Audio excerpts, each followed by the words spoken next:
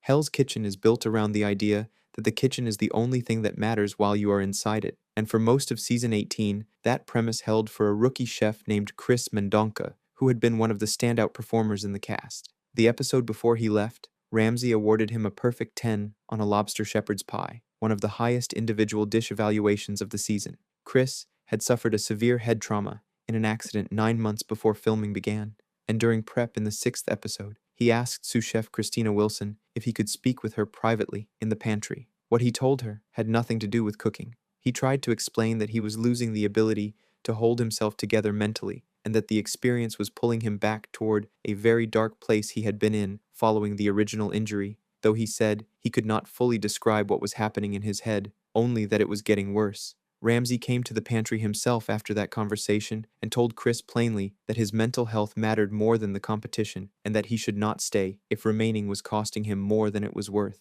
Chris walked out of the dorms with his bags later that day, and the other contestants were told only that he had left for personal reasons. That phrase, personal reasons, was the same explanation the show had used for every other exit that did not fit the standard elimination format, and it carried none of the weight of what had actually happened. A contestant had disclosed a serious neurological condition during prep, the show had handled it with genuine care in the room, and then the footage had been edited into the same format used for every other departure and moved past. What remains is the question of what it means to put someone into that environment 9 months after a severe head trauma and have them hold together long enough to score a perfect 10 before their mind finally told them it could not continue.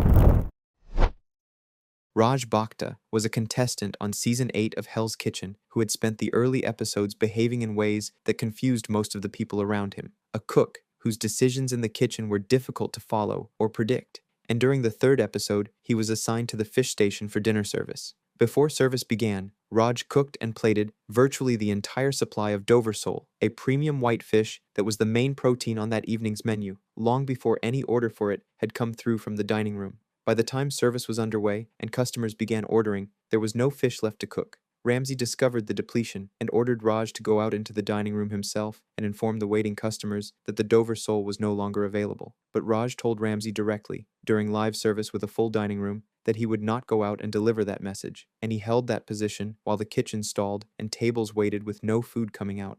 While all of this was unfolding, production cameras caught Raj pulling dishes that Ramsay had already rejected and thrown into the bin and eating them beside his station. Ramsay eliminated him that night, and the detail that separated this case from a standard removal was that Raj's team had won the service, despite everything he had done, making him only the 3rd contestant in the show's history at that point to be sent home on a night when his side had technically come out on top.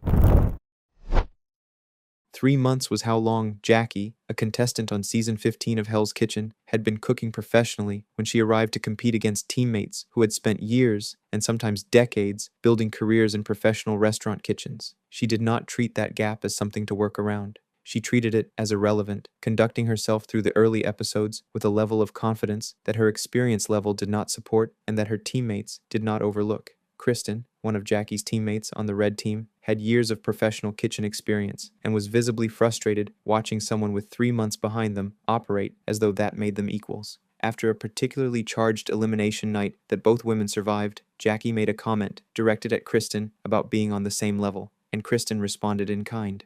The argument escalated quickly past words. Jackie walked over to Kristen and demanded her lighter. Kristen told her that if she touched it, she would hit her. Jackie took it anyway and smashed it, then picked up a nearby ashtray and dumped it over Kristen, scattering ash across her. What followed required multiple people to physically separate the two women, with production crew and other contestants moving between them, while both continued going at each other, and cameras caught all of it. What I find most telling about this footage is how little registered for Jackie between the verbal argument and the physical act. There was no visible moment of escalation or decision. She moved from arguing about professional experience to smashing a lighter and dumping an ashtray in a matter of seconds, as though the line between those two responses was not significant enough to slow down for. The show kept her in the competition after the incident. What followed was a private conversation between Jackie and sous chef Christina Wilson, one of Ramsay's most experienced lieutenants, who told Jackie without raising her voice that the way Jackie spoke to her teammates was completely holding her back in the competition, and that if she did not drop her ego, she was going to destroy her own chances. Jackie sat with it. She acknowledged that Christina was right and said she understood this was an opportunity she was not going to waste. That conversation is the part of the episode that deserves more attention than the ashtray. Jackie had come in with 3 months of experience, had spent weeks behaving as though that was not a factor worth addressing, and had just gotten into a physical confrontation over a lighter rather than absorb a professional challenge from someone with more experience. The fact that she could hear Christina and acknowledge it without fighting back suggests she already knew the behavior was the problem, which makes the behavior that led to the confrontation harder to explain, not easier. She did not win season 15 and remained difficult to work alongside throughout her run, but this episode captured something specific about the damage that unchecked arrogance inflicts, which is not simply holding a person back from succeeding, but placing them in situations they cannot professionally survive. And sometimes it does all of that over a cigarette lighter. The dining room in Hell's Kitchen is one of the spaces the show rarely uses for conflict. The kitchen is where screaming happens, where plates get sent back and services collapse, and the front of house where customers eat has always functioned as the area the cameras approach more carefully, where drama is usually limited to impatient diners, and maitre d' Jean-Philippe Susilovic managing them with his characteristic composure. Season 6, Episode 2 was the exception. Van Lynch was a chef from Texas competing in Season 6, who had spent his entire career working inside kitchens rather than in the dining room. And when Ramsay assigned him to handle tableside service for the night, Van told cameras he had the charisma to carry him through unfamiliar territory. The job required him to take direction from Jean-Philippe, who had spent years in the role and knew exactly what dining room service demanded. Van did not follow the instructions. The first mistake was delivering food to the wrong table. Jean-Philippe corrected him and redirected him, and Van moved on, but the pattern continued. Dishes were misrouted, food was dropped on the floor, and through all of it, Van operated largely independently of the guidance Jean-Philippe was offering beside him. What I think this footage reveals, beyond the obvious incompetence, is something specific about what happens when someone has enough confidence to ignore an expert standing directly next to them in a situation they have never experienced before. Van was not just struggling on an unfamiliar station, he was struggling and dismissing the person whose entire job was to help him through it. By the time the confrontation escalated, it had been building across most of the service. Jean-Philippe got close to Van and told him to listen, and Van told him to get out of his face. And the two men squared up in the middle of the dining room floor, with customers seated at the tables around them, both of them loud enough to carry across the room. Contestants watching through the pass from the kitchen said in their confessionals that they fully expected Jean-Philippe to throw a punch. Ramsay left the kitchen and came out into the dining room to physically step between them. He told both men they were turning the dining room upside down, that the only people suffering were the customers, and that they were going to work together or both leave. The two reached a tense and uneasy truce and finished the night. What makes this case notable in the context of the show's full run is not Van's performance or the physical dimension of the confrontation. Jean-Philippe Susilovic appeared across more seasons of Hell's Kitchen than almost any other recurring figure, and remained composed through some of the worst services the show has ever produced. Contestants had screamed at him, ignored him, blamed him, and treated him as background during their worst nights in the competition. He had absorbed all of it without coming close to losing control. Van Lynch, in a single episode, on a tableside shift he was not equipped for, took someone with that kind of professional steadiness and pushed him to the edge of becoming physical in a room full of paying customers. And it happened inside the first 2 episodes of the season. Professional kitchens run on rules that are never written down and never announced, because every person working the line is already supposed to know them. The kind of shared understanding that covers which surfaces burn, which spaces are safe, and what can be grabbed without stopping to look. Nobody labels the walk-in cooler as cold. Nobody marks the oven trays as dangerous. The entire functioning of a shared line during a live service depends on every person in it honoring that understanding simultaneously and without being reminded. Giovanni Rapicavoli was one of the 6 remaining contestants on Season 5 of Hell's Kitchen, the stage where all remaining chefs worked together in a single combined kitchen rather than on opposing teams. He was working the meat station on the night of the 10th episode. At some point during the dinner service, he removed a sizzle plate from a 500-degree oven and placed it directly into the walk-in cooler without telling a single person in the kitchen that he had done so. The cooler is a space that everyone on the line accesses throughout service without slowing down, because there has never been a reason to slow down. Its temperature is constant, and that constancy is what allows the pace of a service to be maintained. Giovanni knew this. He knew it because anyone who has worked a professional kitchen line knows it,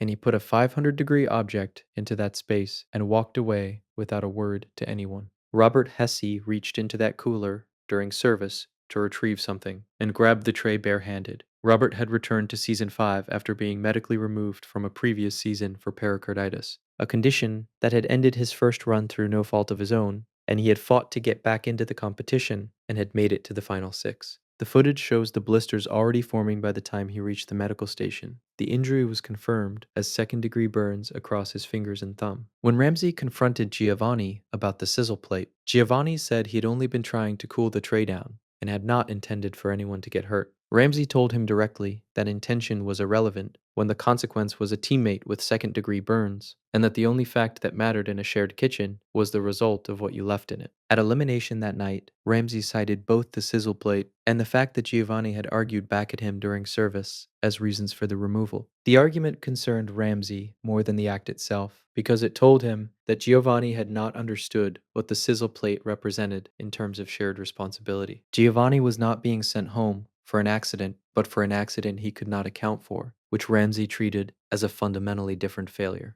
Robert finished the service with his hand wrapped and kept working, while Giovanni was gone before the night ended, the unwritten contract of the shared kitchen broken by one person and paid for by another. What the other contestants in season 16 of Hell's Kitchen could observe from early in the competition was a contestant named Andrew directing consistent and visible attention toward a fellow competitor named Heather. The flirtation was happening in shared spaces, the dormitory, the kitchen floor, and the common areas that production cameras covered throughout filming, and none of it was subtle enough to go unnoticed by the people who shared those spaces. The one person who could not see any of it was the woman at home with a wedding planned for a few months after filming. Who knew her partner was away competing on a cooking show and had no visibility into what was happening in the building? Andrew and Heather slept together in the dorms during the competition. Andrew's camera presence showed no guilt, and shortly after the initial encounter, he asked Heather to make out with him again. None of this was hidden from the people around it, and all of it was hidden from the one person who was not there. What a show like Hell's Kitchen does that an ordinary situation does not is assemble a documented record of everything in real time across multiple cameras by a production team whose entire purpose is to capture exactly these developments. The fiancé was not in the building, but the record of what Andrew was doing was being built frame by frame throughout the competition, and it was always going to be broadcast to a national audience before she had any understanding of what had been happening. She arrived at the set during the Black Jacket Challenge phase and walked into an environment where every other contestant, every crew member, and every camera had been watching what Andrew was doing for weeks before she appeared. She was the last person in proximity to the situation to understand what she had walked into. And the footage of that convergence was described by viewers as one of the most uncomfortable personal moments the show had produced. Not because of any dramatic public confrontation, but because of the specific quality of everyone else's awareness in the room compared to hers. Andrew continued pursuing Heather after the fiancé's arrival. The witnesses had not changed. The cameras had not changed. The only shift in the situation was that the person with the clearest interest in knowing what had been happening was now physically present, and Andrew kept going anyway. What the third-party perspective on this case shows most clearly is the specific architecture of the concealment. Andrew was not conducting an affair in a private space. He was doing it inside a fully documented production environment, in front of dozens of people who had no authority to intervene and no route to tell the one person outside the building who needed to know. His fiancée walked onto the set one day and discovered what everyone around her had been watching for weeks, and the cameras that had recorded all of it were still rolling when she arrived. Season 9 of Hell's Kitchen had not yet run a single dinner service when one of its 18 contestants was taken out of the building in an ambulance. Not during a service breakdown or any kind of competition pressure, but during prep time on the very first episode of the season. Before any food had reached any customer, and before the competition had technically started in any meaningful sense. Jason Zapaltis was one of the 18 chefs selected for Season 9, arriving at Hell's Kitchen as part of a new cast preparing to open the season. During the prep period that preceded the first dinner service, Jason began losing control of basic physical functions. His breathing became rapid and labored in a pattern he could not regulate. His arms went weak. He became dizzy while his body temperature rose, and he was sweating visibly. And when a teammate checked on him, Jason said he had been breathing like this for about an hour and just wanted to keep cooking. Another contestant noticed he was not functioning well and walked him over to the show's on-site medical team. The medic observed that Jason was overheated, sweating heavily, and had been locked in a hyperventilating pattern long enough to produce the specific symptoms of oxygen and carbon dioxide imbalance in the blood, weakness in the limbs, dizziness, and the inability to take a full breath despite breathing rapidly. The combination of the abnormal breathing pattern and the physical indicators of dehydration was severe enough that within minutes of the assessment, Jason was being loaded into an ambulance. Ramsey gathered the remaining 17 contestants and told them that Jason had been taken to hospital, that he would need several days of bed rest, and that he would not be returning to the competition. The season continued from 18 chefs to 17, without Jason having stood at a station for a single service. Every other medical evacuation in the show's run had come during or after a service, with the contestant having competed in at least some part of their season before their body gave out. Some had made it to the finale. Some had been removed mid-service after weeks of competing. The absolute earliest removal before Jason had happened after at least one complete episode of actual cooking. Jason Zapaltis arrived for season 9, prepared for the opening service, spent an hour fighting his own body during prep, and left in an ambulance before the dining room doors had ever been opened for a single customer. What the footage shows is a person insisting right up until the moment they cannot, telling the people around him he was fine and just needed to stay at his station, being helped away from it by a teammate who had watched him long enough to understand that fine was not what was happening. He left in an ambulance on the first day of the season and never came back.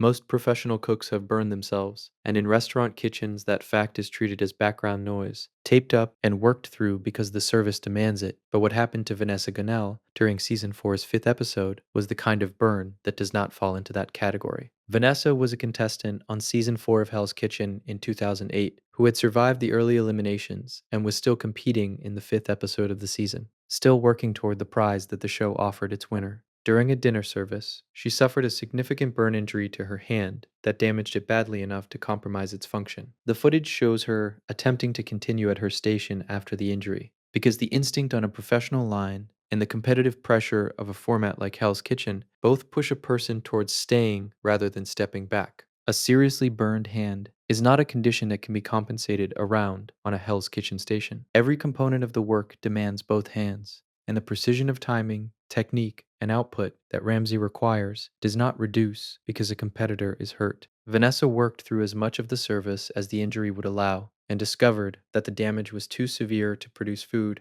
at the standard the service required. She made the decision to leave. Not to step back temporarily, not to finish the service at reduced capacity and get treatment afterward, but to withdraw from the competition entirely rather than risk making the injury worse. The case outline describes the footage of her making that decision as heartbreaking. And what makes it specifically heartbreaking is the speed with which everything she had built in the competition collapsed around a single accident during a single service. What this case reveals about the format is the gap between how kitchen injuries function in a normal restaurant and how they function in a competition. In any professional kitchen, a cook who suffers a serious hand burn during service is sent home for the night and returns to work when they have healed. The injury is temporary and costly, but not permanent. In a format where missing a service can mean elimination, the burn and the end of the competition are the same event. There is no returning when the hand is better, because by the time the hand is better, the competition has moved on and the position is gone. Vanessa Gunnell had made it to week 5 of season 4,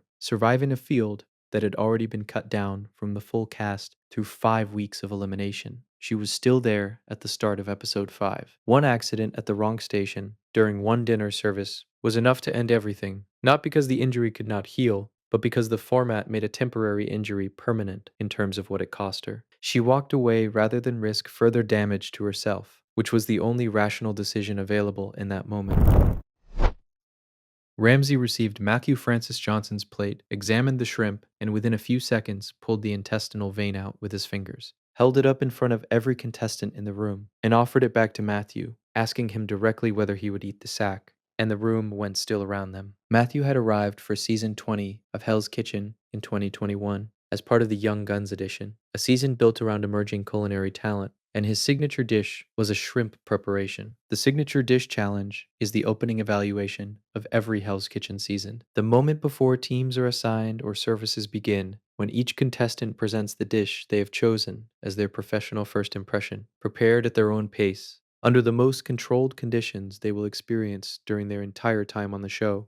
The intestinal vein running through a shrimp's body contains the animal's digestive waste, and removing it is one of the earliest practical skills any cook learns when working with the protein, because its presence on a plated dish is immediately visible and indicates incomplete preparation. It takes a shallow cut down the back of the shrimp and a few seconds. It was on Matthew's plate because nobody had completed that step before the shrimp was plated. Ramsay's specific choice to extract the vein physically and offer it back for tasting is worth examining. Most failures on Hell's Kitchen get screamed at and sent back for a refire, addressed through the standard cycle of rejection and correction. This one was displayed and offered for consumption because there was nothing to refire. The shrimp was cooked correctly. The failure had happened before any heat was applied, at the point of cleaning, and it was visible to anyone who looked at the plate. Matthew had no explanation that accounted for the gap between what he had submitted and what the preparation standard for shrimp requires. Having chosen the dish himself, prepared it at his own pace without time pressure, and brought it forward as his best work. And when Ramsay examined it, the most basic step in preparing its central ingredient had been skipped entirely. What the structure of this case reveals is that the discovery was inevitable the moment the plate was handed over, because Ramsay was always going to examine the shrimp, and anyone examining those shrimp was always going to find what Matthew had left in them. The only variable was whether Matthew had caught it himself before bringing the plate to the pass, and the answer, visible to every contestant in the room when Ramsay held the vein up, was that he had not looked.